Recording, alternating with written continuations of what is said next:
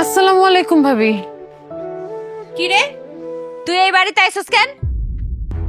এইটা কেমন কথা ভাবি? আমি আমার স্বামীর বাসায় আসবো, এইটা তো স্বাভাবিক। না, স্বাভাবিক না। আমার পোলারে খায়া তোর শখ মেটে নাই, এমনকি আমগো 14 গোষ্ঠীরে খাইতেইছস। এটা কি কইলেন আম্মা? আমার স্বামী মারা যাওয়ার জন্য কি আমি দায়ী? হ্যাঁ তুই দায়ী। আয় তোরে না কইছে এই বাড়িতে আর কোনোদিন পা রাখবি না। কোন সাহসে তুই আমার বাড়িতে পা রাখছস? হ্যাঁ, অনেক আশা কইরা আমার সোনার টুকরা পোলা মানিকের লগে তোরে বিয়া করাই আমি এই বাড়িতে নিয়ে আইছিলাম, কিন্তু তুই যে এত বড় অপয়া, অলক্ষী, এইটা যদি জানতাম তাহলে আমার মানিকের লগে তোরে কোনোদিনই বিয়া দিতাম না। তুই বাইরে যা, বাইরে যা আমার বাড়ি থেকে। আপনারা যদি আমার তারা দেন আমি কই যাবো কোন?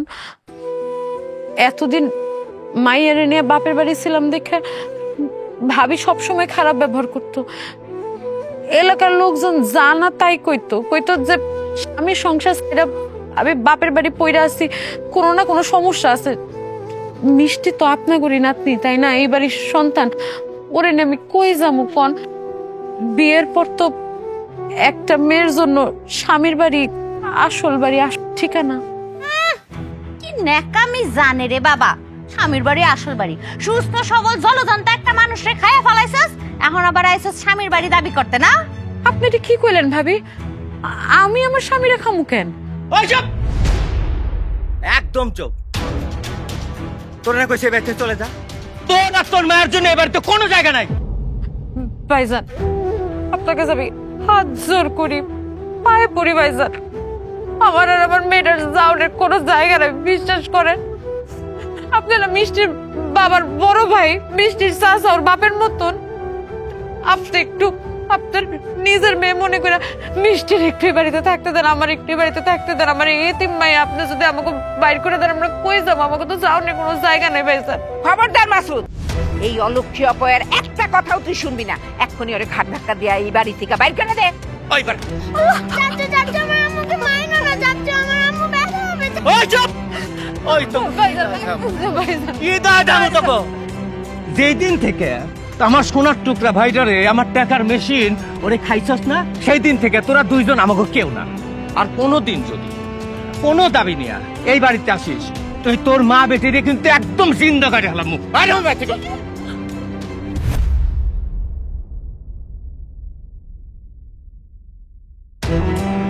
খবরদার, মেজো ভাবির গায়ে তুমি হাত তুলবা না। মেজো ভাবি আর আমার ভাতিজি এই বাড়িতেই থাকবো। মা, তুমিও শেষ পর্যন্ত বড় ভাই আর ভাবির লগে মিলা মেজো ভাবির লগে এইভাবে দুর্ব্যবহার করতেছো। এই ডাইনির এই বাড়িতে কোনো জায়গা নাই। যেদিন আমার সোনার টুকরা পোলারে ও খাইছে সেদিন থেকে আমাগো বাড়ির কার সাথে ওর সম্পর্ক নাই। একজন মানুষ আর একজন মানুষের কোনোদিনই খাইতে পারে না মা। এই সংসারের ঘানি টানতে যায়া, পরিবারের সবার সুখ শান্তির কথা চিন্তা করতে যায়া আমার মেজো ভাই অক্লান্ত পরিশ্রম করছে। আমার মেজো ভাইরও সুখ ছিল। মেজো ভাই কোনোদিন নিজের দিকে খেয়াল করে নাই, দিনরাত পরিশ্রম করে গেছে বিদেশ বাড়িতে। সবার সুখ শান্তির কথা চিন্তা করছে, জীবনে কোনোদিন ডাক্তার দেখায় নাই, চিকিৎসা করে নাই। সময় মতো চিকিৎসার অভাবে আমার মেজো ভাই মারা গেছে। আর তার কারণে আমার এই বাতিজি হয়েছে এতিম, আর আমার মেজো ভাবি হয়েছে বিধবা। বয়ান দিতে আসিস না মনির, ও হইতেছে একটা ডাইনি, আর এই ডাইনির এই বাড়িতে কোনো জায়গা নাই, বুঝছস? মেজো ভাবি এই বাড়িতেই থাকবো। খবরদার ভাইজান, তুমি কোন বাধা দিবা না। মা, কেমনে তোমার সন্তানের অবদানের কথা ভুলে গেলা? কেমনে ভুলে গেলা তার এতিম বাচ্চার কথা? আর এই এতিম বাচ্চা তো তোমার সন্তানের শেষ স্মৃতি। আর এতিম বাচ্চাটার বাপের গড়াই বাড়িতে তোমরা খাইতেছো, থাকতেছো, সুখে শান্তিতে আছো। এই যে বড় ভাই, তুমি যে বাজারে বড় রড সিমেন্টের দোকান করতেছো, পুকুরে মাছ চাষ করতেছো, পোল্ট্রি ফার্মের ব্যবসা করতেছো, মাসে মাসে লাখ লাখ টাকা ইনকাম করতেছো, সেটা কার টাকায়? হ্যাঁ, সেইটা হইলো এই এতিম বাচ্চার বাপের টাকায়, এই বিধবার স্বামীর টাকায়। তুমি ভুলে যাও না বড় ভাই, এই মেজো ভাবি যদি আমার ভাইরে ভালোবাসা তার আপন ভাইয়ের সাথে ঝগড়া কইরা তার বাপের সম্পত্তি নিয়ে এসব বিক্রি কইরা আমার মেজো ভাইরে যদি বিদেশে না পাঠাইতো, তাইলে তোমার এই ব্যবসা বাণিজ্য হইতো না, এই বাড়ি হইতো না, থাকতে পারত না এত আরামে এসে। যার কারণে তুমি এত ব্যবসা বাণিজ্য করতে পারতেছো। এই যে ভাবি, মা, তোমরা সুখে শান্তিতে আছো, এত ভালোভাবে বাঁচতেছো, তার অবদান তোমরা ফিরাই দিতে পারবা? আমার কিচ্ছু ফেরত লাগবো না। আমি খালি একটু আশ্রয় চাই, আমার মেয়েটার রেডি একটু থাকতে চাই। আমার আর আমার মায়ের তো যাওয়ার কোনো জায়গা নাই। আমি চাই আমার মায়ের পড়াশোনা করাইতে, আমার মায়েরা যাতে মানুষের মতো মানুষ পেতে পারে। ভাবি আম্মা, আমি দরকার হইলে এটার বিনিময়ে বাড়ির সব কাজ করে দেবো, আপনারা যা কইবেন আমি তাই করবো, একটা উচ্চ বাচ্চা করবো না। লাগলে আমি এই বাড়ির দাসী বান্ধি হয়ে থাকবো, তাও আমার বিদায় করে দেন না, একটু থাকতে দেন। তুমি এই বাড়িতে দাসীবান্ধী হয়ে থাকবা কেন? এই বাড়ি তোমার আর তোমার সন্তানের, তুমি এই বাড়িতে থাকবা। ভাইজান খবরদার, তুমি মেজো ভাবিরে এই বাড়িতে থাকতে কোনো বাধা দিবা না, নাহলে কিন্তু খুব খারাপ হয়ে যাবে, কথাটা মনে রাখো। মেজো ভাবি যাও, তোমার ঘরে যাও।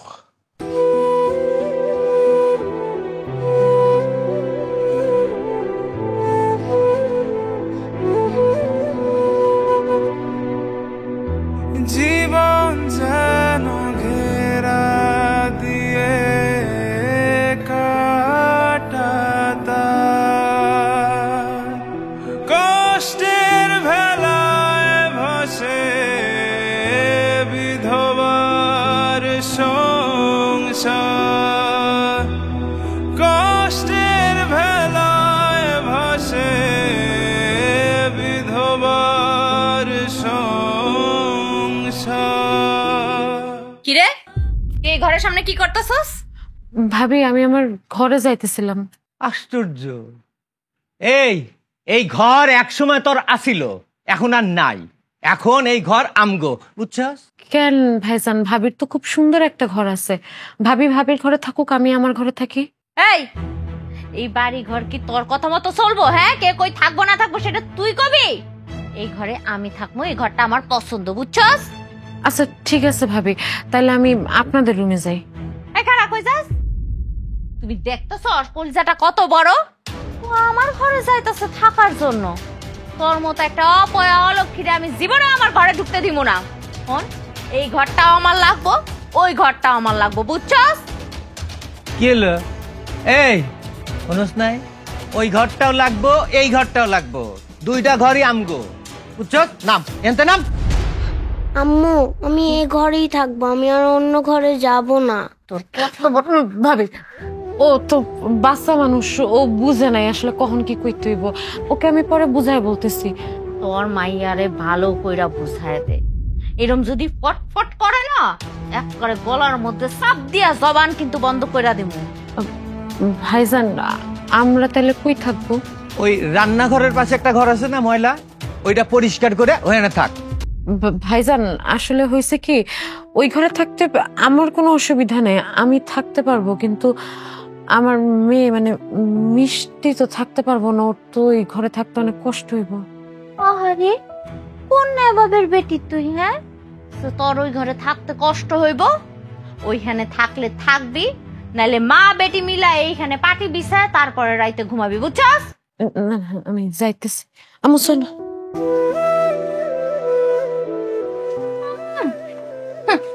নবাবই দেখাইতেছে। মা, সবাই আমাদের সাথে খারাপ ব্যবহার কেন করে? কেউ আমাদের সাথে খারাপ ব্যবহার করে না মা, সবাই ঠিক ব্যবহারই করে। আসলে হয়েছে কি, তোমার আব্বা তো কয়েকদিন আগে আমাকে সবাই ফাঁকি দিয়ে আল্লাহর কাছে চলে গেছে, এই জন্য সবাই মন খারাপ করে উল্টাপাল্টা কথা কয়। কয়দিন পর দেখবা সব ঠিক হয়ে গেছে। ঠিক আছে, ঠিক হয়ে যাবে?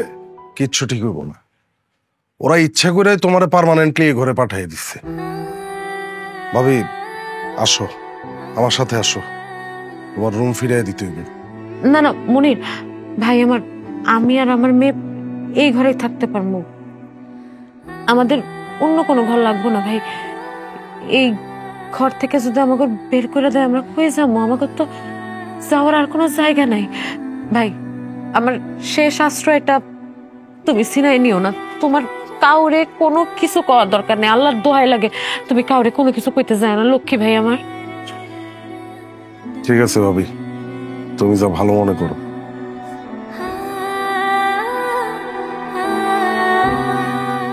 মা যাও, তুমি ঘরে যাও। ঠিক আছে। পারুল, পারুল, দেখো তোমার পছন্দের সব বাজার করে নিয়ে আইছি।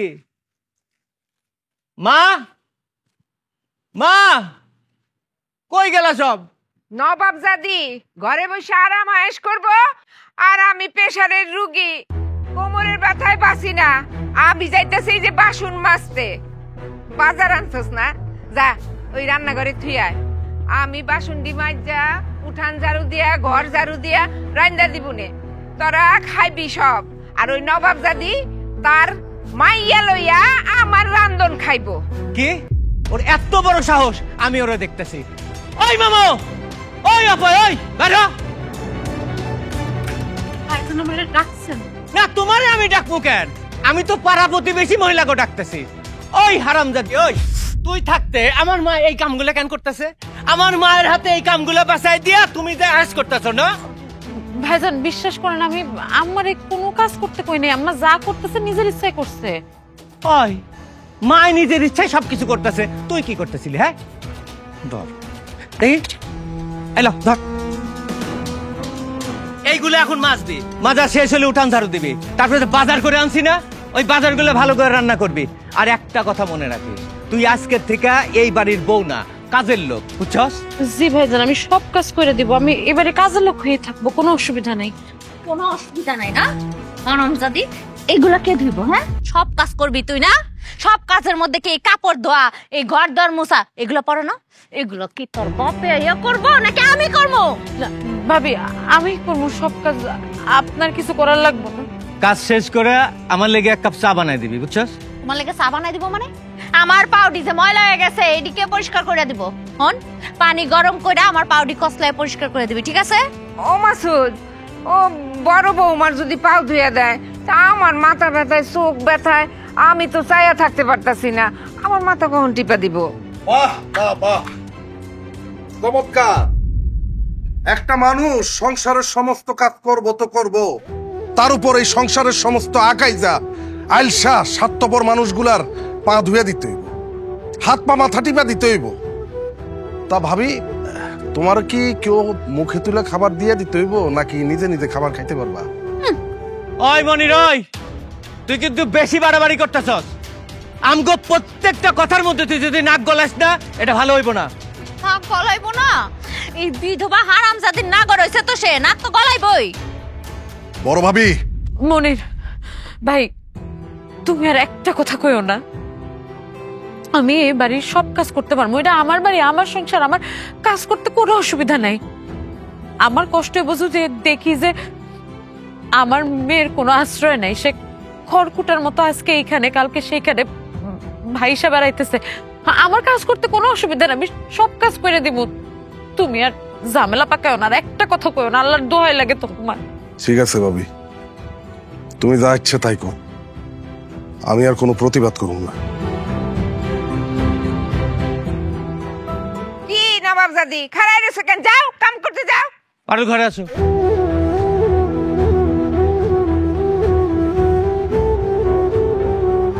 মা আমার খিদে লাগছে, আমি ভাত খাবো। খিদা লাগছে মা? এখন খাই। এই খাড়া, ওর পাতে মাংস দিতেছস কেন? ও ভাবি, মিষ্টি তো মাংস খুব পছন্দ করে, মাংস ছাড়া খাইতে পারে না, এর জন্য। আরে বাবা রে বাবা, কোন লাঠের বেটি এটা?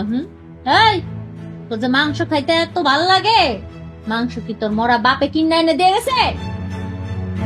সি ভাবি, ছোট একটা বাচ্চা, তারে আপনি মাংস খাওয়ার জন্য মরা বাপের কথা তুইলে আনতেছেন? ওই এক থাপ্পড় মারা তোর মাটির দাঁত ধরাই দিব। তোর এত বড় সাহস, তুই আমার সামনে খাড়া, তুই আমার বউরে জ্ঞান দিতেছস? এত কথা না কইয়া রাক্ষসীটারে ঘাট ধইরা বাইর করে দে, ওরে দেখলেই আমার মেজাজটা খারাপ হয়ে যায়। না না মা, আমাকে মাফ করে দেন, বাড়ি থেকে বাইর করে দিয়েন না। মিষ্টি আসলে বুঝতে পারে নাই তো। আম্মা তুমি এখন ঝোল আর আলু দিয়ে খাও, পরে মুরগি যদি থাকে আমি তোমারে মাংস দিব। হ্যাঁ এই আমার কি ছোট লোকের বাচ্চার সাথে এক টেবিলে বসে খাইতে হইব? ভাবি, আপনার কোনো অধিকার নাই আমার মেয়ের ছোট লোকের বাচ্চা বলার। ভুইলা যায় না, আপনাদের বংশের একমাত্র প্রদীপ হইতেছে আমার এই মেয়ে। ওই তোর মায়া শুধু তোর মায়া, তোর মায়া আমাকে বংশের কেউ না, বুঝছস? আর তুই কিসের জন্য আমাকে ডাইনিং টেবিলে ওরে বসাইছস? ওটা উঠা কইতেছেন থেকে। না আমি যাব না, আমি মাংস দিয়ে ভাত খেয়ে তারপর যাব। দেখছেন না এই ডাইনির বাচ্চা ডাইনিটা কেমনে কথা কয়? এই বয়সে এইভাবে কথা কয়, বড় হলে তো আমাকে সবটির জান কবজ করবো এটা। ভাবি ভাবি মাফ করে দেন, আমার মেয়ে বাচ্চা মানুষ তো বুঝতে পারে না কখন কি কইতে হইব। মাফ করে দেন ভাবি, আর কইব না। মাফ না, ওরে আজকে আমি ভাবি ভাবি বড় ভাবি, তুমি কেমনে পারতাছো সামান্য একটু মাংসের জন্য একটা ছোট বাচ্চার সাথে এইভাবে দুর্ব্যবহার করতে? সি সি সি সি সি। তো সিসি করো না, এত যেহেতু মায়া লাগতেছে তাহলে নিজে ইনকাম করে খাওয়াও না। বুঝছি, তোমার লয়ে কথা কয়ে কোনো লাভ নাই, কিন্তু মা তুমি এইটা কি করলা? হ্যাঁ, মিষ্টি তো তোমারই নাতিন, তুমি তো মিষ্টির দাদি, ওর শরীর তো তোমারই রক্ত বইতাছে। তুমি একটু সামান্য মাংস দিতে পারলা না তোমার নাতিনেরে? হ্যাঁ পারলাম না, এতই যখন দরদ। বড় বউ কি করলো শুনলি না? হ্যাঁ, নিজে কামাই কইরা মিষ্টি করে রান দিয়ে ভাত খাওয়া না। আরে মনির থামো না, কি শুরু করলা? মিষ্টির জন্য কেন খামাখা বাসার সবার সাথে গ্যাঞ্জাম করতেছো? দোষ তো মিষ্টি, আসলেই তো ও কথা না বুঝে যখন তখন মাংস খাইতে যায় কেন? তুমিও দেখতাছে অগমত মনুষ্যত্বহীন হয়ে পড়ছো। মিষ্টি একটা ছোট বাচ্চা, মিষ্টি আগে খাইবো, তারপরে তোমরা সবাই মিলে খাইবা। এত লেকচার দিস না মনির, তোর বহুত লেকচার শুনছি, বুঝছস? কি শুরু হয়েছে মা বাড়িতে? কি সুন্দর তামসা চলতেছে। এই বিধবা আর বিধবার এই শয়তান মাইয়াটার জন্য দিন দিন দেখতেছি মনিরের একেবারে দায়িত্ব কর্তব্য উতলায়া পড়তেছে। ওগো, আমার কাছে তো মনে হইতেছে রসায়নটা অন্যদিকে যাইতেছে। বড় ভাবি, এই গলা নামায় কথা কর, চিৎকার করে তুই সত্তরে কোনোদিন থাকতে পারবি না, বুঝছস? ভাবি আল্লাহর দোহাই লাগে, আপনার যা ইচ্ছা আপনি তাই বলেন, কিন্তু আমার রে আর মনির রে জড়ায় কোনো ভাষা কথা কইেন না। মিষ্টি আসো, তোমার এখন খাইতে হইব না, আসো। মানুষ কতটা খারাপ হইতে পারে তোমার ঘরে না দেখলে আমার বিশ্বাস হইতো না। ভাবি কেমন না, কেমন অভাগী না? আমার চোখের সামনে আমার মাইয়া খাওয়ানোর প্লেটে চলে আসলো, আমি এক টুকরা মাংস আমার মেয়ের প্লেটে দিতে পারলাম না। আবার চোখের সামনে আমার মেয়েটা না খায় সারা রাত পয়সা থাকবো, আমার এটাও সহ্য করার লাগবো। আবার তো মইরা যেতে ইচ্ছা করতেছে। না মা, তুমি মরবা না, তুমি মরলে আমি কার কাছে থাকবো? আমার খিদা নাই, চলো আমরা ঘুমাই যাই। একদম না, তোমার ছোট আব্বা থাকতে আমার মামুনি না খেয়ে ঘুমায় পড়বো, এটা তো হইতে পারে না। এই যে তোমার জন্য আমি বিরিয়ানি নিয়ে আসছি। কি মজা, কি মজা, বিরিয়ানি খামো। জোরে বলবো না, ওরা যদি শুনতে পায় তাহলে তোমার ঘরে এটা খাইতে দিব না। সময় নিয়ে যাইতো। এই যে ভাবি, নাও ওরে খাওয়াই দাও, তুমিও খাও। সারাদিনে তো তোমার দুইজনের পেটে দানা পানিও পড়ে নাই। মনে সবই ঠিক আছে, কিন্তু তুমি বিরিয়ানি কেমনে আনলা? তোমার কাছে তো টাকা পয়সা কিছু নাই। সত্যি বলতে কি ভাবি, আমার পকেটে আসলে টাকা পয়সা নেই, তবে আলহামদুলিল্লাহ ভাবি আমি ছোটখাটো একটা চাকরি পাইছি। আগামী মাসে আমি অল্প স্বল্প হইলেও বেতন পাবো। আলহামদুলিল্লাহ, খুবই ভালো সংবাদ ভাই, কিন্তু বিরিয়ানি আনলা কই থেকে? তোমরা মা মেয়ে দুইজন না খেয়ে থাকবা, এটা কি আমি সহ্য করতে পারি কো? এই কারণে আমার এক বন্ধুর কাছ থেকে টাকা ধার নিয়ে এই বিরিয়ানিটা নিয়ে আসছি। তবে আমি যদি আগামী মাসে বেতন পাই, আমার মামুনি যখন যা খাইতে চাইবো আমি তাই নিয়ে যাবো। এই সংসারে আর কোনো অভাব থাকবো না, আমি কোনো অভাব রাখবো না। আল্লাহ তোমারে অনেক বড় করুক ভাই, অনেক বড় করুক। কামাউনি ভাবি, ভয় পাইছেন ভাবি? ভয় পাওয়ার কি আছে? আমি তো আর জীবজন্তু না, মানুষ, আপনার কাছের মানুষ। অনেক দিন পরে আপনারে দেখলাম, ভাল লাগলো, খুব ভাল লাগলো। ভাবি, আপনারে নিয়ে একটা গান বানাইছি। তোমার জন্য মরতে পারি ও সুন্দরী, তুমি গলার মালা, তুমি একটু বেশি সুন্দরী, আমি একটু কালা। ভাবি, গানটা সুন্দর হয়েছে না? কামরুল ভাই আমার পথ ছাড়েন, আমি বাড়িতে যাবো, আমার কাজ আছে। এত তারা কিসের ভাবি? স্বামী নাই, সংসার নাই। আপনার জন্য আমার খুব কষ্ট হয়। সারাটা জীবন ধরে খালি খাইতেই গেল, সুখের দেখা পাইলেন। মাঝে মধ্যে কি মন চায় জানেন ভাবি? আপনার সব কষ্ট যদি আমার করে নিতে পারতাম। মানিক ভাই মারা যাওয়ার পরে আপনি আরো সুন্দর হয়েছে। আপনারে দেখলে নিজেরা নিয়ন্ত্রণ করতে পারি না। ভাবি চলেন না। বেহায়া, নির্লজ্জ, ঘরে বউ রেখা, বাচ্চা রেখা, এরকম রাস্তার মধ্যে একটা বিধবা মেয়ে মানুষের উল্টাপাল্টা প্রস্তাব দেন। আপনার হাতের সর খাইছি, তাতে কোনো দুঃখ নাই, কিন্তু আপনি যে আপনার দেওয়ার সঙ্গে ঘরের মধ্যে লটর পটর করেন, তখন আপনার লজ্জা করে না? আমাকে সামনে এসে সতী সাজেন। মনির চাইতে কি আমার কোনো কিছু কম আছে? আপনি এত নিচু মনের একটা মানুষ, আপনি তো একটা জানোয়ারের চেয়েও খারাপ। জানোয়ার তো হইছে আমি আপনার কারণে। আজকে আপনার থেকে সব মজা নিয়ে নিব। আজকে দেখা দেবো মনির ভালো পারে না আমি ভালো পারি। চলো।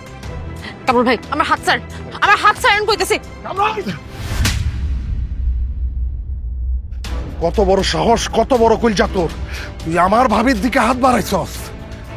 তুই আর একবার যদি আমার ভাবির দিকে কোনো জোরে তাকাস, তোর চোখ দুইটা আমি তুলে ফেলাম। ওরে বাবা রে বাবা, ভাবির জন্য দরদ উতলায় উঠছে। ঘরের মধ্যে যখন দুইজন মিলে লটর পটর করো, তখন খুব মজা লাগে না? আসো দুইজন মিলে লটর পটর করি, মজা নেই। কামরুল্লাহ, তুই যদি আর একবার আমার ভাবির নিয়ে আজে বাজে কথা কস, তোরা একদম আমি জানে মারে ফেলাম। তাই জানে মাইরে ফেলাবি তুই আমারে? হ, তোরা আমি এক্ষণ মাইরে ফেলাম। মনির,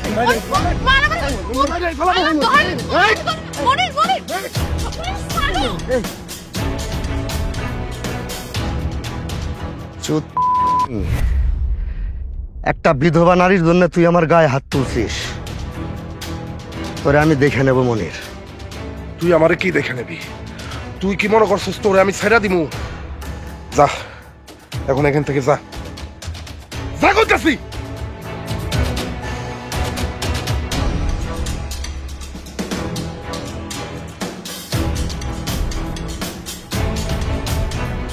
মনির, দেখি তোমার হাতে লাগছে না? না ভাবি, কিছু হয় নাই। আচ্ছা, বাড়িতে চলো। এখন বাড়িতে যাবো না, আমার বাজারে একটু কাজ আছে। তুমি যাও, বাড়িতে যাও। আরামজাদির এখনো আসার কোনো খবর আছে?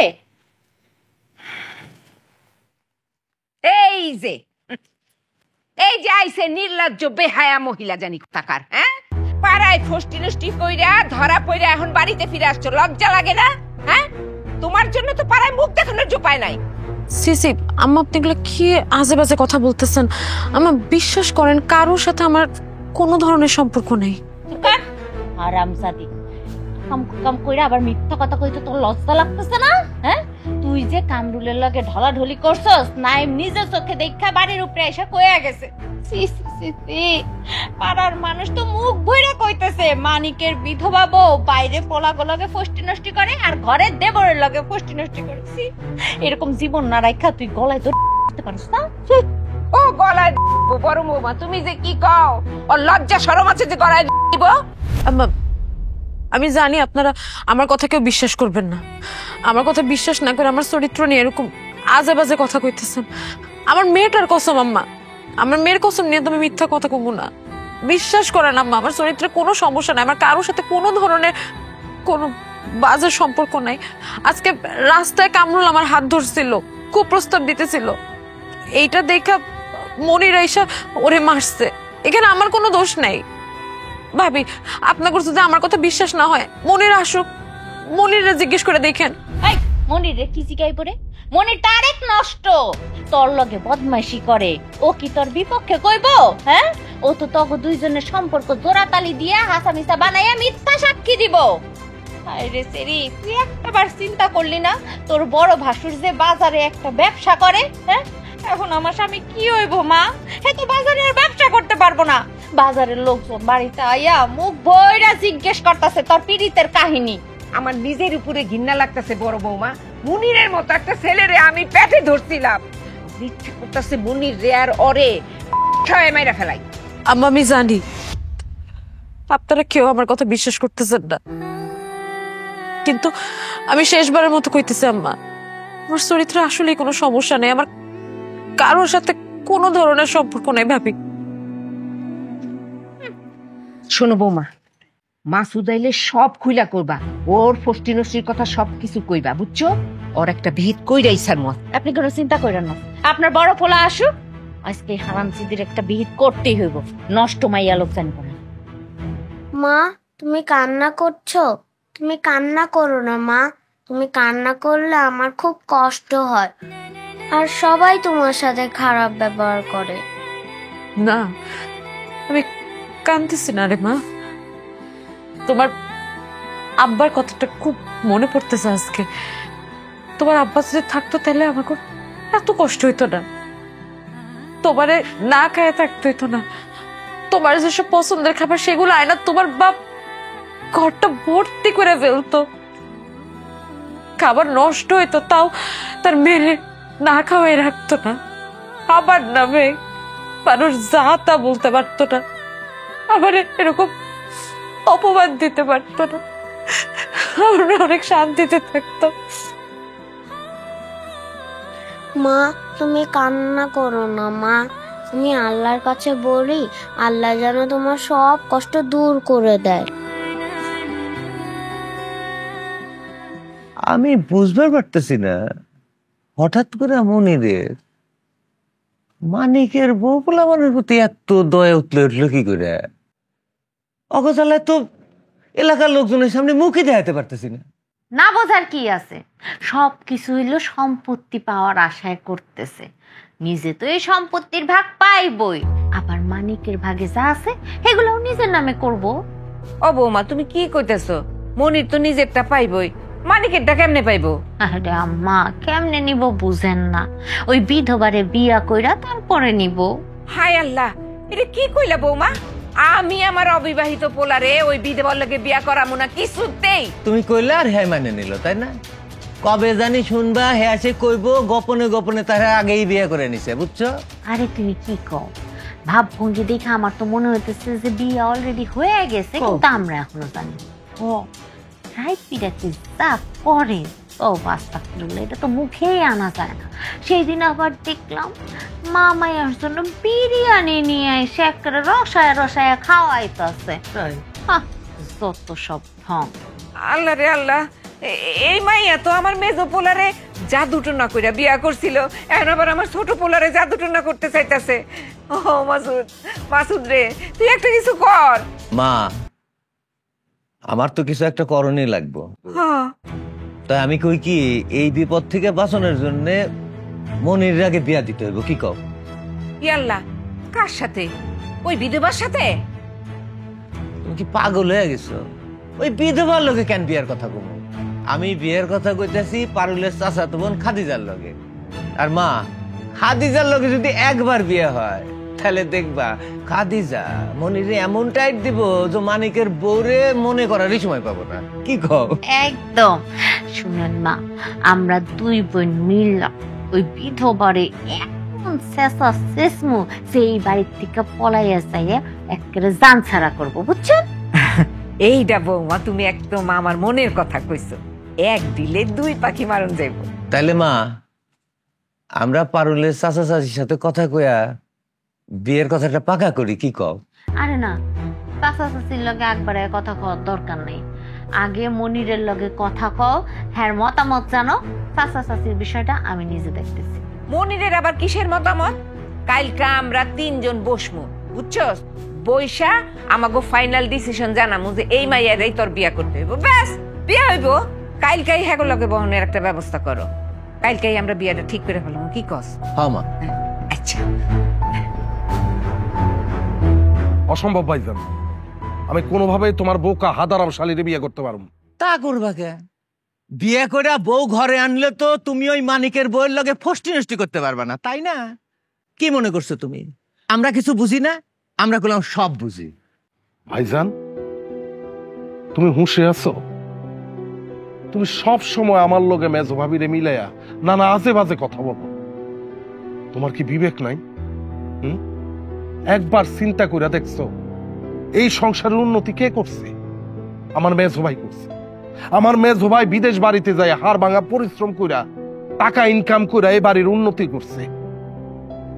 মেজো ভাবি যদি তার বাপের বাড়ির অংশের জমি বিক্রি কইরা আমার মেজো ভাইয়ের হাতে না দিত, তাইলে কি মেজো ভাই বিদেশ যাইতে পারতো?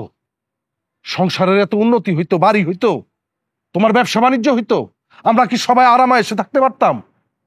কোনোভাবে পারতাম না। আর মেজো ভাবি যদি তার বাপের বাড়ির অংশের সম্পত্তি বিক্রি না করতো, তাহলে তার ভাইয়ের সাথে তার সুন্দর সম্পর্ক থাকতো, তারা একসাথে ভালো থাকতে পারত। এই সংসারের জন্য যেই মানুষটা এত ত্যাগ স্বীকার করলো, তারা তোমরা দিনের পর দিন মিথ্যা অপবাদ দিতেছ। কোন মাইয়া তার স্বামীর আয় উন্নতির জন্য বাপের বাড়ি থেকে টাকা আনে না? হ্যাঁ, মানিকের বউ আনছে, তাতে এত কথা কারণের কি আছে? কই, আমার বড় ভাবি তো তার বাপের বাড়ি থেকে একটা ফুটা করিও আনে না। শোনো, আমি আর মানিকের বউ এক না। আর আমার চাচাতো বোন, সে তো কোটি কোটি টাকার মালিক। আমার চাচার কোটি টাকার সম্পদ আছে, আমি আনি নাই তো কি হয়েছে? ও তোমার বাড়িতে সব কিছু নিয়ে আইব। আর শুনো, আমার চাচার একমাত্র সন্তান আমার এই চাচাতো বোন, ওর যা আছে সবই তো তুমি পাইবা। এমন ভাবে কইতাছো মনে হয় বিয়েটা তোমরা দিয়ে দিবা। ওই তোর মতো বেকার পোলার লোকে কে মায়া বিয়ে দেবো? হ্যাঁ, আমি আর পারু চাচা চাচিরে রিকোয়েস্ট করছি, দেখা সারে রাজি হয়েছে, বুঝছস? সরি ভাইজান, আমি এই বিয়েটা করতে পারবো না। তা পারবা কে? তোমার নজর তো ওই বদমাশ মহিলার দিকে। তোমরা যা ইচ্ছা তা বলতে পারো, এতে আমার কোনো আপত্তি নেই। তবে একটা কথা মনে রাখো, আমি কিন্তু তোমাগো মতো অকৃতজ্ঞ না। মেজো ভাবি আর আমার ভাতিজির কোনো একটা ব্যবস্থা করা ছাড়া আমি কোনো কিছুই করব না, এটা আমার সিদ্ধান্ত। সোজা সাপটা কইলেই তো হয় যে ওই অলক্ষীরে ছাড়া তুই কাউরে বিয়া করবি না। তোমরা এমন ভাবে বলতেছো, আমার তো সেইটাই করতে হবে মনে হয়। তুমি কেন সবার কথা মনে করতেছো? আমার আর আমার মেয়ের কপালে যা লেখা আছে তাই হইব। আল্লাহর দোহাই লাগে, আমার জন্য আর আমার মেয়ের জন্য তুমি তোমার ভবিষ্যৎটা নষ্ট করো না। সেটা সম্ভব না ভাবি। দেখছো তোমার ছোট বলার ভাব, দেখছো? এই সব নষ্টের করে হচ্ছে যে এই মহিলা। ভাইজান, এখানে আমার কি দোষ? আমি কি করলাম? তুমি কি করছো বুঝো নাই? তোমার কি দোষ বুঝতেছো না? তুমি সব নষ্টের গোড়া। শোনো মনিরে, তুমি যতই কান পড়া দাও, হ্যাঁ, তোমারে আমি সাফ সাফ করে দিতেছি, এই জমি জমার কোনো ভাগ তুমি আর তোমার মেয়ে পাইবা না কইলাম।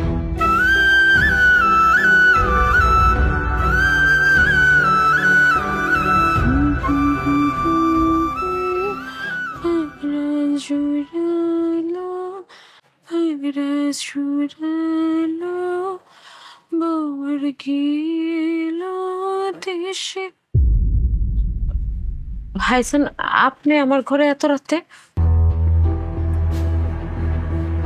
শোনো, তোমার একাকিত্ব দূর করণের লেগে তো আইলা।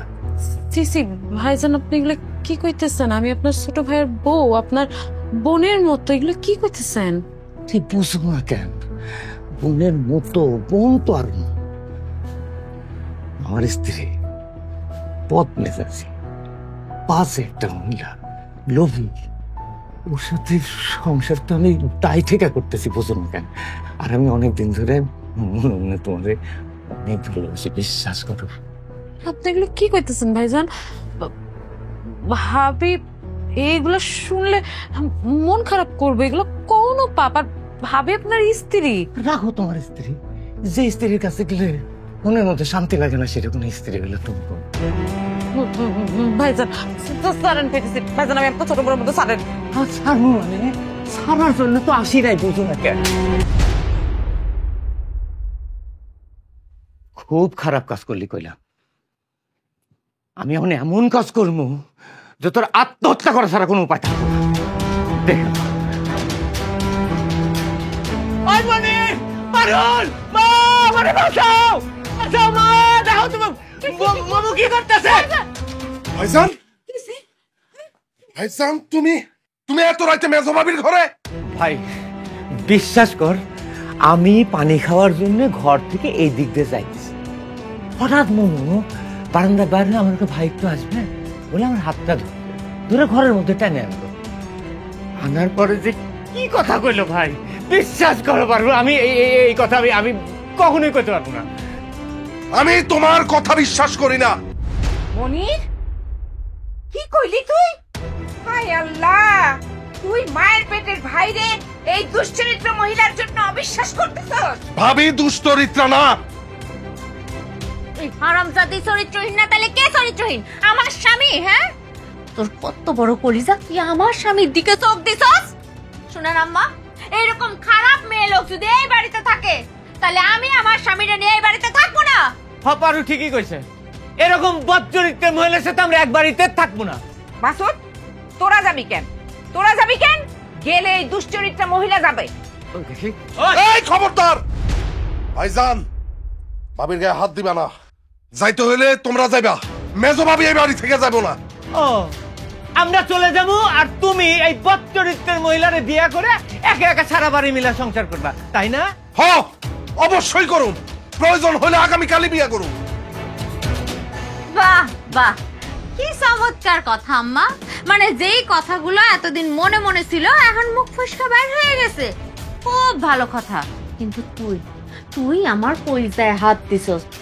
আজকে আমি তোরে মাফ কইরা দিলাম, কিন্তু আম্মা এই বদ চরিত্র লাগে এক বাড়িতে থাকলেও এক লগে আমি খামো না, এটা ফাইনাল।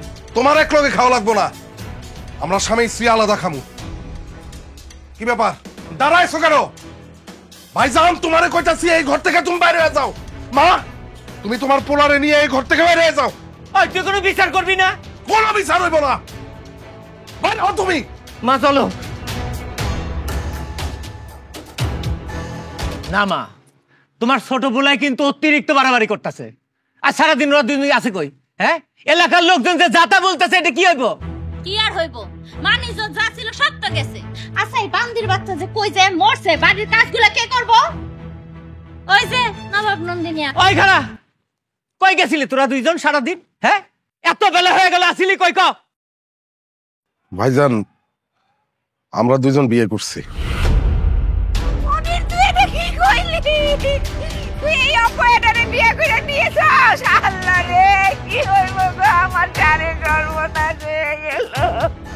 ওই মনির, ওই বিয়ে করছস আর যাই করছস, এই বাড়িতে তোকে জায়গা নাই। এই বাড়ি থেকে বেরো গেলাম, বেরো। ভাইজান, এই বাড়ির মালিক তুমি না, আমার আর মেজো ভাইয়ের অংশ মিলে অনেক বড় অংশের মালিক এখন আমরা দুইজন।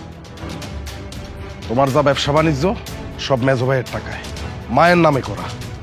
অতএব তোমার ব্যবসার যা লভ্যাংশ আসবো, লভ্যাংশ 3 ভাগের 2 ভাগ আমারে দিয়ে দিবা। আর আমি সিদ্ধান্ত নিছি আজকে থেকে তোমাগুলো আমরা খামু না। আসেন, ঘরে আসেন।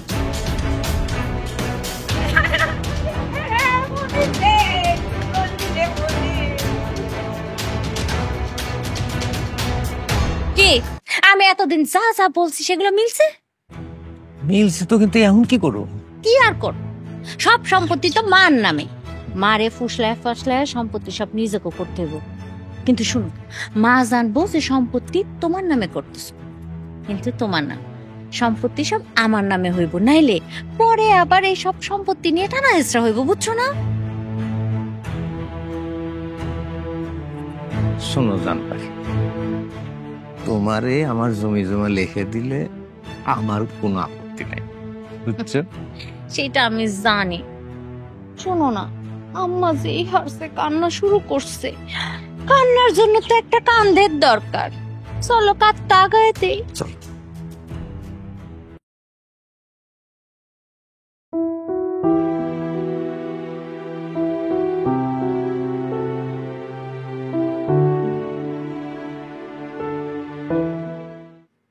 বৌমা, দেখছো কিরকম নির্লজ্জের মতো স্বামীরে খাওয়াই দিতেছে, তাও বারান্দায় বইয়া খোলা জায়গায়। কি কইতেছেন আম্মা? এটা নির্লজ্জ বেহায়া একটা মাইয়া মানুষ। এমন একটা ভাব করতেছে যে দিন দুনিয়াতে কারো আর বিয়ে শাদী হয় নাই। মা মা আমার সর্বনাশ হয়ে গেছে মা। আমার দোকান পাট জমি জমার কিচ্ছু নেই আমগো। কি কয় কি কয়? মা শোনো, আমি লোভে পড়া পাকা দলিলে তোমার সই করে নিয়েছিলাম এই জমি জমা ব্যবসাপাতি সব নিজের নামে কর্মচারী টেন্ডারে দিয়েছিলাম আমি। এই যে তোমার ডাইনি বউ লোভে পড়ে সে কি করছে জানো? তার খালাতো ভাইরে কইছে এর নামে লিখে নেওয়ার জন্য, আর তার খালাতো ভাই সিটারি করে আর নিজের নামে লিখে নিয়ে কইতে পালায় গেছে। বা মাসুদ কি করছ তুই? আমার তো সর্বনাশ করে ফেলাইছিস তুই। হায় হায় তোমার ভাই কি করছে? তুই আমি তো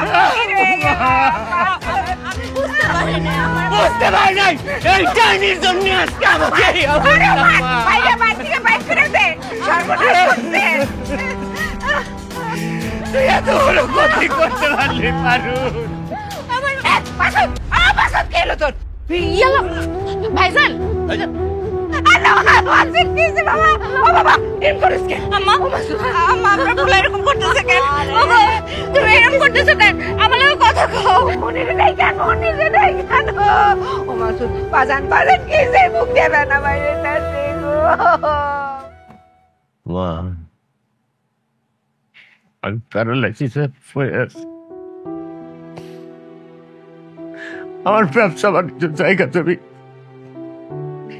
ধন সম্পত্তি কিছু নেই। আমি চিকিৎসা করবো মা, সেটা আমার কাছে তো নাই।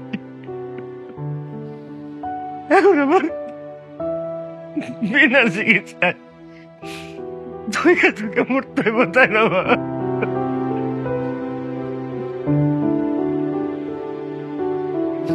এই সব কিছু এই হারামজাদি শয়তানের জন্য হয়েছে। ওর কুবুদ্ধি শুনে শুনে অন্ধ হয়ে গেছিলাম মা। আমার ভয় যদি প্যারালাইসিস না থাকতো মা, বিশ্বাস কর আমি লাত্তাই মহিলার বাড়ি থেকে দূর করতাম। বাজান ওরে বাইর করে দিলে কি আর সবকিছু ঠিক হয়ে যাইব? আমরা সবাই মিলে ভালো মানুষ বৌমার সাথে জঘন্য থেকে জঘন্য ব্যবহার করছি, বিনা কারণে ওরে মারছি, ওর প্রাপ্য অধিকার থেকে বঞ্চিত করছি। ও আমাকে লেগে যে উপকার করছে সেই উপকারের সামান্যতম কৃতজ্ঞতা বোধ আমরা তারে জানাই নাই। উল্টা তার চরিত্রের উপরে আমরা কলঙ্ক লেপন করছি। বাজান রে, আমাকে পাপের ঘোড়া পূর্ণ হয়ে গেছে বাজান। আল্লাহ বারবার ছাড় দেয় তার বান্দারে ভালো হয়ে যাওয়ার জন্য, কিন্তু ছাইরা দেয় না, ছাইরা দেয় না। আম্মা আপনি ঠিক কথাই কইছেন। আজকের এই দিনের জন্য আমি দায়। আমি অনেক বড় পাপী আম্মা। এই যে আমার স্বামীটা দেখতেছেন, তার এই অবস্থার জন্য আমি দায়ী আম্মা, আমি দায়ী। আমি যদি লোভ না করতাম, আমি যদি মোমোর সাথে মিলামিশা থাকতাম, ওর আদর যত্ন করতাম, তাহলে এরকম দিন আল্লাহ আমারে দেখাইতো না। এত ভালো একটা মাইয়ারে কত নির্যাতন করছি, খালি আমি না আপনারে দিয়ে আপনার পোলারে দিয়েও নির্যাতন করাইছি, সেই শাস্তি আমার হইতেছে। আচ্ছা আম্মা, আমি আমার স্বামীরে নিয়ে কি করবো? এর চিকিৎসা কেমনি করাবো? আমি যাবো কাছে যাই সাহায্য চাবো, ওরা তো আমার সাহায্য দিব না, কেন বা দিব? আমি তো আমাকে তিনজনের মৃত্যু ছাড়া আর কোনো রাস্তা দেখতেছি না। ভাবি কাইন্দেন না, আল্লাহ তার প্রিয় বান্দাদের মাঝে মধ্যে পরীক্ষা নেয়। কখনো ধৈর্যের পরীক্ষা, কখনো অসুস্থতা দেওয়া পরীক্ষা নেয়, কখনো বিপদে ফেলায় পরীক্ষা নেয়। আবার তার পাপী বান্দাদের যখন আল্লাহ সত্যের পথে ফিরাইতে চায়, তখনও তাদের উপর বিপদ ফেলায়, আর নিজ থেকে সেই বিপদ থেকে বের হওয়ার উপায়ও বাইর করে দেয়। আমার ভাই বিনা চিকিৎসায় মারা যাইব। আমি বেঁচে থাকতে এটা কোনোদিনই সম্ভব না। যদিও আমি আমার ভাইয়ের উপর রাগ কইরা আমার ভাইয়ের চিকিৎসা করতে চাই নাই, কিন্তু মম আমারে অনেক কইরা বুঝাইছে, আমারে অনুরোধ করছে আমি যাতে সবকিছু ভুলে যাই, আমার ভাইয়ের চিকিৎসা করাই। ভাইজান, তুমি কোনো চিন্তা করো না, আমরা তো দুই ভাই, তুমি ছাড়া আমার কে আছে কও? ভাইজান, তোমার চিকিৎসা হইব, তুমি সুস্থ হয়ে যাইবা, তুমি এটা নিয়ে কোনো চিন্তা করো না ভাইজান। আমরা আমরা আবার আগের মতো একসাথে থাকবো। তোমার মতো নিষ্পাপ মেয়েরে আমি কত সন্দেহ করছি, কত খারাপ, কত কইছি। আমারে মাফ করে দিও মা, আমারে মাফ করে দিও। ভাইজান, বই, আমি তো বয়সে তোমার বড়, তুমি আমার ছোট বোনের মতো, কিন্তু আমি যে পাপ করছি সেটা ক্ষমার অযোগ্য। পারলে আমারে ক্ষমা করে দেন। না না ভাবি আম্মা, আপনারা আমার কাছে মাফ চান না, আমার তো আর কেউ নাই, তাই না? আপনারা মাফ চাইলে আমি তো পাপের ভাগিদার হবো। এখন থেকে দেখবেন আমরা সুন্দর মতো বাঁচবো, আমরা সবাই একসাথে থাকবো, ভালোবাসা বাঁচবো, আমাদের কারো কোনো কষ্ট থাকবো না। আমাদের কান্নার দিন শেষ, এখন আমাদের হাসির দিন শুরু। আমি তোমার সাথে অনেক খারাপ ব্যবহার করছি, যে খারাপ ব্যবহারের কোনো ক্ষমা নাই। তুমি আমার মাফ করে দিও বোন। না ভাইজান, আপনার এগুলো কিছু কেন না। বড় আব্বা, আমি না তোমার জন্য নামাজ পড়ে দোয়া করছি, জানো তুমি ভালো হয়ে যাও। আয় মা, আয় মা আমার কাছে আয়।